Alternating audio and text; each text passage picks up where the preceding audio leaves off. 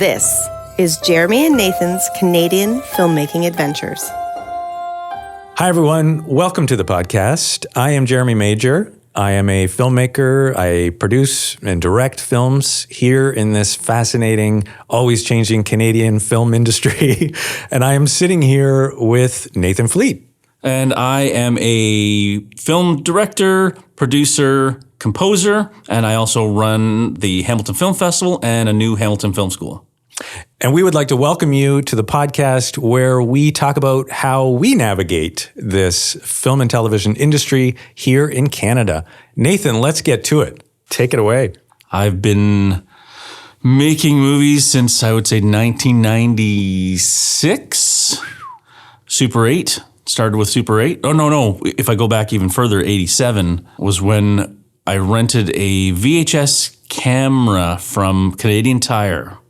What? You could do that? Saved up all our Canadian Tire money and asked all our family and friends for their Canadian Tire money. Wow. It was $30 in Canadian Tire money. I think it was about $30 or something, which is a lot back then in the mid-'80s, to rent the VHS camera from Canadian Tire. And that's how I made my first 3 movies. Just to be clear here, you could rent a camera from Canadian Tire? Yeah. You're so much older than me. Yeah. Clearly. So all my first 3 movies were all shot on VHS in order. So I didn't know how to edit. Right. So we edited in camera. So there was one moment in the movie where we would be like at a house. Yeah. And then the next scene in the story was up on the escarpment. So we left the house, went to the escarpment, Oh my gosh. and then came back to the house to continue the scene. So we edited as we went on. Do you still work that efficiently? Yeah, that's right. Yeah, I didn't know there was any other way. No, there wasn't. So you weren't even recording tape to tape or anything. You were just like, we're shooting it and editing it all in one press of a button. Yeah. Start, stop. Start, stop. And so if we had a scene in a room and then another scene in a forest, and then it goes back to the room, we just shot in order. We filmed the scene in the room, dragged everything out to the forest, filmed that scene, and then all the way back to the house to carry it on. And we even put commercials in there. Did you really? At some point, it's like, okay, now we're going to do an RC Cola commercial, right? And so, we planned the movie, but also put commercials in. And I didn't know how to make movies. I didn't know any different. I just knew that there was a camera at Canadian Tire. Yeah. We could rent it and you could make a movie with it. And like, not to get too personal, but how old would you have been then? Oh, 80. So the first movie I think was 87. So I maybe was 15. Okay. 15 going on 16. There's something to like just naive playfulness. Yeah. Like I would sit, I was probably a little younger than 15 when I was doing this, but I would sit in my bedroom and I had like a tape deck, and I specifically bought this tape deck because you could play on one side, record on the other, and control it. Like as they got newer, you were limited. It was like, it was record and everything was automatic. I wanted to be able to manipulate it, right? So I would sit and I'd do these radio shows called JMRR. It was Jeremy Major's Rock Radio. And I would my biggest thing was I wanted to be able to time out that voiceover going in or out of a song, right? I didn't care about the record. Like I'd record the songs, but I didn't care about that part. I wanted to get to the talking part where I could but I just sit there for hours. The same kind of thing. Yeah. And then I got my hands on a video camera too, because my parents were teachers and they'd bring home these cameras on holidays, and I'd test that thing to the limits. What can I do going backwards, going forward? You know what I mean? Yeah. Just with me monkeying around in the shot. I don't think anyone wanted to help me or do what I was doing. So no one wanted to help me. Yeah. Because I wrote a script, but it lived in my head. Right. So no one in the cast knew what was happening next. I would just yell it to them. Yeah. No, you got to say this. I'm like, this is the first time I'm hearing what my line is supposed to be. Yeah. And but I didn't know. I didn't know how to make movies. It's just, everything I learned about movie making was on the backs of the Star Wars playing cards. What was there? The bubblegum cards, right? When you see the guys doing the makeup on Chewbacca and stuff, and you're watching that's how they make a Chewbacca, right? Wow. And so you see these images of models in front of blue screens and stuff, and you just by looking at these cards, because there was no behind the scenes movies or no. There was nothing. There's no access to any of that stuff back in the early '80s, not to me anyway. Yeah, and so you understood that there is a process to make a movie, right? but I didn't know what it was. No. So I just, okay, here's a camera. If I record it, I can play it back. How do we turn this into a movie? So that was kind of your beginning. Was just monkeying around Yeah. with the gear. And not much has changed. Not much has All these years, it's still piecing together movies with different pieces of equipment that you own or Yeah. can borrow. Like, because, no secret, I'm an independent filmmaker. Yes. I don't have budgets. You try to, apply for funding and make it work however you can, whether it's a music video or a short film or feature. Yeah. It's just making it work. And I guess that kind of leads us into our topic here of every day feels like day one Yeah. when you're working on a project. Exactly. And I think, people are probably kind of wondering at this point, what the heck are we here to talk about? Not just old VHS video cameras and tape decks, but I think this is where it kind of starts. Like you and I talked about doing this so that we could explore some of the sort of lesser talked about parts of the industry, particularly in Canada. And I think some things about how the film and television industry works in Canada are unique to Canada. And I think there are some things that are sort of, part of the quest of the independent filmmaker or independent television producer everywhere, wherever you are in the world. I think there are certain challenges that are common. Yeah. And even just to give some backstory about you and I is that That's right. I met you through the Hamilton Film Festival as a filmmaker. That's how I first knew who you were. Yes. And then as those years went on, you were the owner of a movie theater in Hamilton called the Zoetic. And worked with you through there as the festival.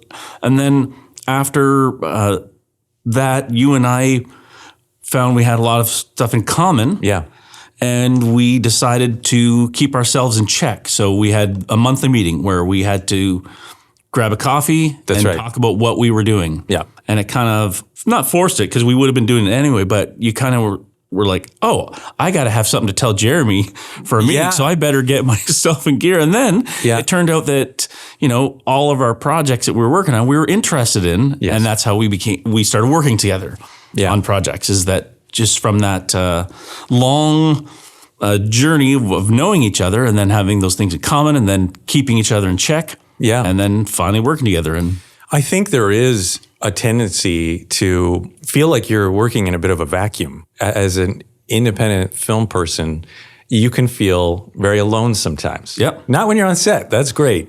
But when you're in the part of the journey where you're developing stuff, you're writing, you're trying to figure out what the heck to do next, you need somebody to talk to, even if it doesn't come up with all the answers. It's like there is almost there's a therapeutic aspect to those conversations. Yeah, and sometimes you find just saying it out loud, you realize some of the gaps. Like, it worked out great in my head, but now that I'm saying it out loud to you, I realize that I have not fully thought this through. Yeah. The importance of finding those people that you trust to hear those ideas, and that snowball effect is like, you tell me an idea and I'm like, that's actually a cool idea. Have you told this person about it? Yeah. Right. And then a team slowly assembles, and that's talking about day one, where every project feels like it's day one. You start a brand new project, a new genre, a new format or whatever it is, and it's day one. And you're like, okay, so how do I put this together? Yeah. And who do I tell first? That's right. And see if that snowball rolls and gets bigger as it goes on. But it does. It always feels like you're starting over at the beginning. And even when it's like, it's not even necessarily about the start of a project. It's like you could be halfway, you could be into it for years and all of a sudden be like, this plan isn't the right plan anymore. Yeah. We got to step back and retool. You and I have both done a lot of productions of various sizes and scales, and we've been doing this for 20 plus years. And there are still days where you're learning. There's always something new around every corner. Yeah. And it can be a bit intimidating sometimes. Yeah. And I guess that's important for people who are listening that might be getting into filmmaking. Is that you don't know all the answers. It's never going to feel comfortable. And even, our mutual friend and producer, Fred Fuchs, right, who's ran American Zoetrope and produced some big Hollywood movies, and you ask him, how do you put a movie together? And his answer's like, I don't know. A little bit of magic. A little bit of magic. Things just kind of come together. Yeah. And you realize that that's the right answer. Like, as time has gone on, I recognize that there is a little bit of magic in just the fact that you keep doing it. Mm-hmm. And it is partly in like the who you're talking to. There are people like Fred where as you sort of progress in your part of the project, they'll start to open doors for you. You can't quite explain why now's the time, but all of a sudden things will start to trigger and start to happen. Do you know what I'm saying? Yeah. You got to practice in front of a mirror for a while before the magic looks real, right? And I think partly it's just about that plugging away and just peeling back those little layers on the project or taking those steps in new directions. And little by little, those things start to come into fruition. Yeah. In some way. And sometimes it's ways that are unexpected, there is a little bit of magic. I agree with it. Yeah, and not everything works all the time. No, like that's it's things don't always go your way. We've had and even with the TV series Wild Child that we worked on, we applied for different networks, different pieces of funding that didn't get. Yeah. Everyone in Canada seems to be pleasant. Most of them, that's right, except one for most we didn't get. Bell 5 TV1 that came through for us the second time, because the first time we got turned down because of our budget was too high. So we just kept at it. But everyone in Canada was very pleasant about rejecting the project. Yes. Pleasantly rejecting. Yeah. As a year goes on, you start to think, we've almost talked to everybody in Canada that they can make this project happen. And maybe, and you start to get, that self-doubt, like maybe there's something wrong with this project. It sounds good when we talk about it and it feels like the right thing, but you're the only driver of your project. Like you're the one that's going to make it happen. If you or I were not on phone calls and emails and going to seminars and conferences to talk to people, the project just dies with us. Yeah. And that's where it can feel like day one. You get a rejection from one thing. You're like, okay, now I got to say that speech all over again to the next person. You just keep doing it. And it wouldn't be unlike a writer where you're staring at a blank page. Yeah. And you're thinking, okay, what you might have a few threads of what you want to write about, but it's looking at that blank page and you starting at, page one and working your way through. It's very similar when you're making film or television. It's, all right, how am I going to put this together? How am I going to fund this? What's the budget even going to be? Where am I going to, what funds are applicable to this? Yeah. And every project seems to be different. So it all requires, that different train of thought. Okay, how are we going to piece? And, you and I have a number of projects that are ongoing right now, and each one of them is really different. Yeah, they are. Each one is very different, and it's just a matter of finding, which sometimes I think it almost can concern me, where it's like, are you better off choosing a niche and kind of exploiting that one? You see a lot of guys doing that. We've had conversations about like Raven Banner, for example, who they've built a really great name for themselves in like the horror genre. And I feel like when you look at their stuff, it is different. Like they've almost created a genre unto itself. Do you know what I mean? Yeah. It's really kind of cool stuff. And even the Black Fawn gang, who I've been watching their stuff since the early days and know the team of filmmakers there, and just watching what they do and how they do it and getting it done too. It's really, really fantastic. And they've really concentrated on those areas. Right. They keep establishing new companies and new entities to kind of either create or distribute that kind of content. Or even Vortex with the Christmas movies. Yes. Right? The holiday movies, they have that machine, and they do it really well. And if you watch In for Christmas, you'll see me in the background playing guitar. Oh, wow. I'm going to tune into that one. What is that? Like, where are you performing in that? Oh, I'm just background. Right. But like in a Christmas market, or? No, it's at a party. It's like the All right. great celebration at the end of the Christmas movie, and I'm in the band. Gotcha. But they wanted someone who could actually play guitar so that it looked like. And so I had to learn the song and, play along as the playback was going. So And you've touched on an interesting subject area, which is these Christmas movies. Mm-hmm. And we've kind of gone from this horror thing over to the Christmas movies. There is, I think, a similarity where you have these really like diehard fan audiences in both of those categories. Yeah.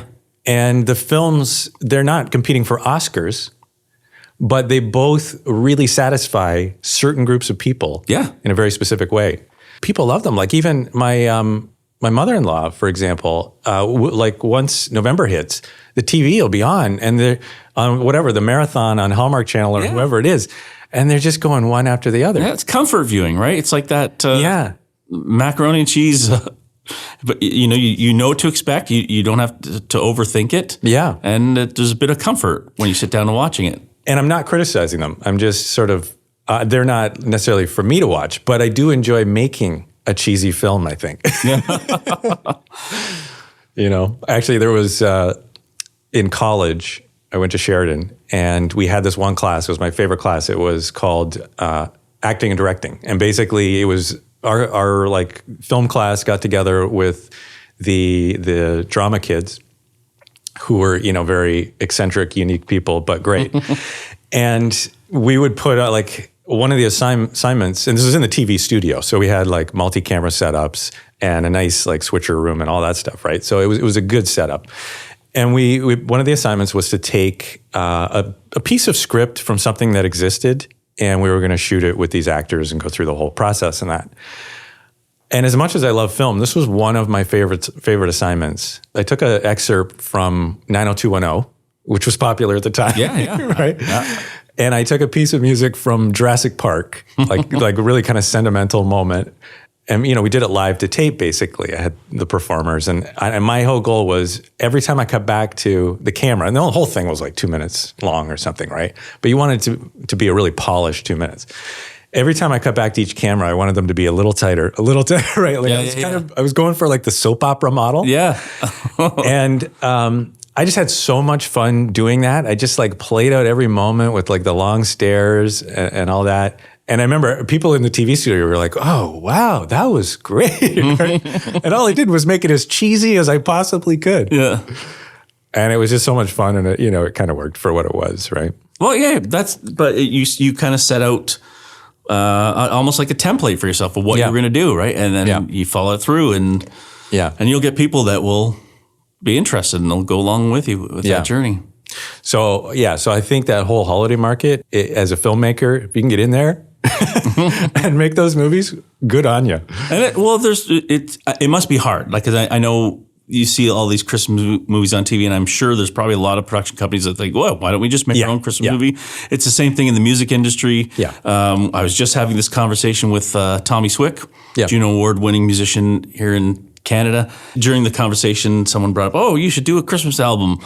And then everyone's like, yeah, you should do a Christmas album. Michael Bublé's got this album and it's #1 in Australia. Right. And I'm like, okay, there's probably, 100,000 other musicians that are thinking the exact same thing. I should do a Christmas album. It's going to go great. But it's really, really difficult, I think, to cut through the noise or to find the budgets or to find the broadcaster to commit to it, right? So there's probably only so much room that exists for those kind of things. Well, and that's, that might be why you and I are always back to day one is we have that sense that, how can we make this next project different? Right now writing the Creature feature, but we also did Wild Child, kids program. Kids programming, right? So I always think of myself as like project-based as opposed to a niche-based, but, we've had some successes, but also some failures. Yeah. Right? And I imagine there's probably a lot of people out there that are experiencing that same thing. Now, I'm going to go out on a limb and say there is no failure. Right. You're always learning from always learning, yeah. But there's failures, yeah. But you might lose a lot of money. You can tank. It can happen. Yeah. You mentioned how we owned a theater, and it's kind of a local theater for people who don't know it, in Hamilton, Ontario.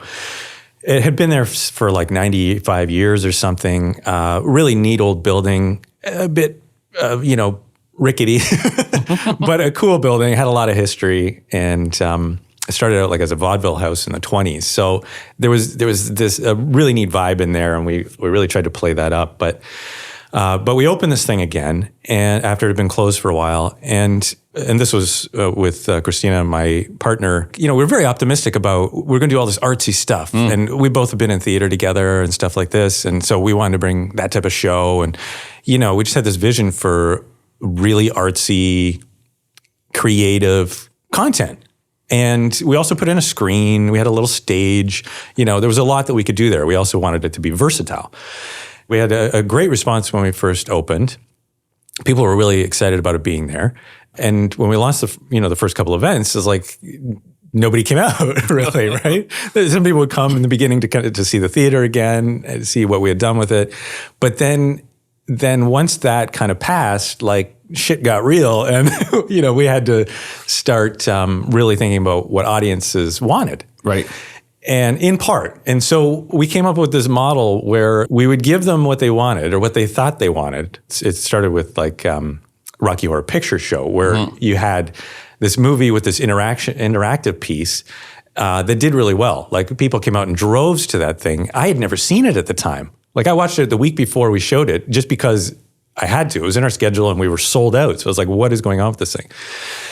And that thing just went bananas. And so we started looking at other movies and like, how do we kind of bring that social element or that interactive element to them, right? And not to sort of go on about this too long, but there is a point. Part of the exhibition world, right? Yeah. So that's what we started doing. We took, you know, some of these other more popular movie musicals, added an interactive component like sing-alongs and things like that. And people loved it. And you'd get a lot of women and sort of girls' nights out and stuff like that. And so we ended up not having any issues selling those out. And so our business model was basically to give people what they thought they wanted, which was that type of thing, and then sort of sneak in little bits of more original content. Yeah. Right? And we even kind of took that approach when it came to like the booze at the bar. We're going to have the Budweiser or the Coors Light, but we're also going to have the local brew. Do you know what I mean? We're going to encourage that. Yeah. So we had these great ideals, and those weren't necessarily the things that were going to work. And I think we still sometimes you feel that a bit in film projects where you're very clear on the film you want to make. It's like, I have this film, I wrote the story, this is the film I want to make. But does that film actually fit into a place in the marketplace? Right. Is kind of the next question. Yeah. And you might have to, if you want to actually get the funding for it, you might have to take it and reshape it a little bit so that it finds a home. Right. You know? And I think that's true even with TV. I was looking at CBC's website just the other day to see what they're looking for. And they very clearly outline it. This is something nice about, you know, the modern era. Like I feel like 20 years ago, we had no clue. Right. You're just like kind of wildly pitching, throwing ideas here. Like no clue at all. Now there's a little more transparency around what they're actually looking for. Yes. Does that translate into deals for somebody who's relatively unknown? I don't know. Maybe. But the point is, there it all is. And they're looking for, you know, not just film stuff. And I think people need to start thinking in other ways around how their content goes out. Like, yeah, you might have written a film, but maybe it would be better as a podcast, and CBC is going to pay you some money to do that. Right. Or a starting point anyway. Yeah. And think about the film down the road after you get a little attention for it there. Do you know what I mean? Yep. I think we have to start thinking in these other ways. Because, yes, some of the categories where they were looking for content are not conventional at all. Yep. CBC Gem, I guess that's kind of becoming more conventional. They're looking for like sort of short form series. Well, that's where it goes back to that day one is that, you know, that's relatively new seeing those kind of things show up. And for anyone that's out there listening that considers himself a producer, you can find a lot of that stuff on their website. You just type in CBC producer, and you'll find the producer page of what they're looking for. But that's where it's like, you know, on a weekly basis, you got to keep looking up the grants and the funding because it changes a lot and what they're looking for changes. And that's where you might have been successful getting a telefilm grant 20 years ago or 10 years ago, but everything changes, right? So you always got to be up on it where it feels like, you know, I thought I knew this stuff and now there's a whole other element to it. Yeah, it's true. And I think, you know, we owned this theater for about 6 years or so. We were like, just because of what it was, it took so much of us that when we sold it, like literally moments before the pandemic started, just by coincidence, I felt like we hadn't seen the world in 6 years. Do you know what I mean? Yeah, I felt like everything had changed. I had people say to me, "Are you still doing film stuff?" I was like, "Damn right, I'm still doing that's partly why we sold it, so I could focus back on the film stuff." So that was a bit painful. Somehow that 6 years was quite. There was quite a transition, I feel like, and maybe it's always like that. And it's not that I ignored the industry, but there were things that kind of kept evolving, and I didn't keep up with them. Right. So it's hard to, but it's, with you and I working together, and for anyone that is making movies, it's good to find that core team of people, even if you're not making the movies together, just somebody that you trust where you're like, hey, can you look up this grant for me? I don't have the time. You might already be looking at grants. Hey, can you just give me a heads up on if I can apply to this piece of funding or something? So it's yeah, and you're constantly sending me little links and things. So I don't have to look it up. So that's what it is. Check out this. I thought it was to help me. No, but something that some people might not know about you, and it's that you're like Hamilton's film hub in a human. You're the guy in this area where if anyone's coming to this town to make a film, they've got to start with you. And you're also very generous about it in that you're not always looking for, or maybe ever looking for remuneration. No. You just seem to like to help people find good connections. And I see it all the time. There's times where I get in a pinch and I need an actor for something or whatever. And I go to you and you've always got 3 suggestions for me. Hey, do you know this person? No, I don't know those people. I should. And it just becomes what you do, right? Yeah. I have to say, running the Hamilton Film Festival has really been the reason why. Is I have so many people coming through the film festival, right? And when they would come to Hamilton, because Hamilton has not always been that hub for filmmaking, and now it's huge here. So people would come through the festival because it's called Hamilton Film Festival. Like, oh, Nathan must know a makeup artist. Yeah. Nathan must know where there's an abandoned barn, and he does. And that's where. But then I thought, well, you got to get that out to the community and get the hive mind going. That's where Lights, Camera, Hamilton came into play. Lights, Camera, Hamilton, so that I didn't have to answer everything, but I don't know all the answers. Yeah. I see film crews all the time around the city, and they don't come through me. They come through the city. Yeah, true. But there are a lot of people that come to the city that haven't done movies and like, Nathan, where do I start? And I'm like, I'll tell you exactly where you got to go and what you got to do. And I'm happy to help because I don't want to leave the city. I want to make everything right here. Yeah, in Hamilton. it's true. And, so I can stay close to the family and the kids and have decent working hours. And just explain what Lights, Camera, Hamilton is. It really is just a organization that designed to enhance, connect, and grow the local film industry. Yeah. That's really the main thing. And it's just for people in Hamilton. It's a not-for-profit organization. And it kind of started as like a Facebook page, It started as a segment on Cable 14. Oh, okay. So I would just go on and talk about the local film industry, and I thought, let's call it Lights, Camera, Hamilton. And then when I thought, okay, let's turn this into a Facebook group page, I said to Cable 14, can I keep this name and throw it up? And then we started a not-for-profit organization just so that we could have a bit of a board. But we're all in the film industry. Yeah, everyone on the board, so it's really hard for us to get together to have board meetings. It's very difficult. Oh, sure. We need people that aren't in the film industry to come on board. And people can use it. This is like a resource for people to connect with. It's other really, industry people. We do have a website, lightscamerahamilton.com, but the Facebook group page is where the most action is. Sure. Because even you're looking for second AD or something, and you need them tomorrow. Yeah. A website's not going to do that, but. No. Social media, the Facebook page. Yeah, it's very fast. fast. Instant answers. Yeah, it's true, isn't it? 20 years ago, I feel like I was one of 3 sort of, in quotes, production companies in the city. There were a few. You would have been one of them. Yeah. But there was no connection, right? There was no. Even social media didn't really exist. And Hamilton had a pretty bad rap. So I remember in 2007 shooting the movie Lucky 7. I was originally producer, and then I just moved to composer for that. But I remember being at auditions and having people come in, and they're like, "Why would you shoot in Hamilton?" Yeah, and it would be a nasty thing, and now they're living here, right? But it did not have the reputation that it used to have. No, but a few people like yourself, believed in the city and set up their companies. I just couldn't get out. Right. Yeah.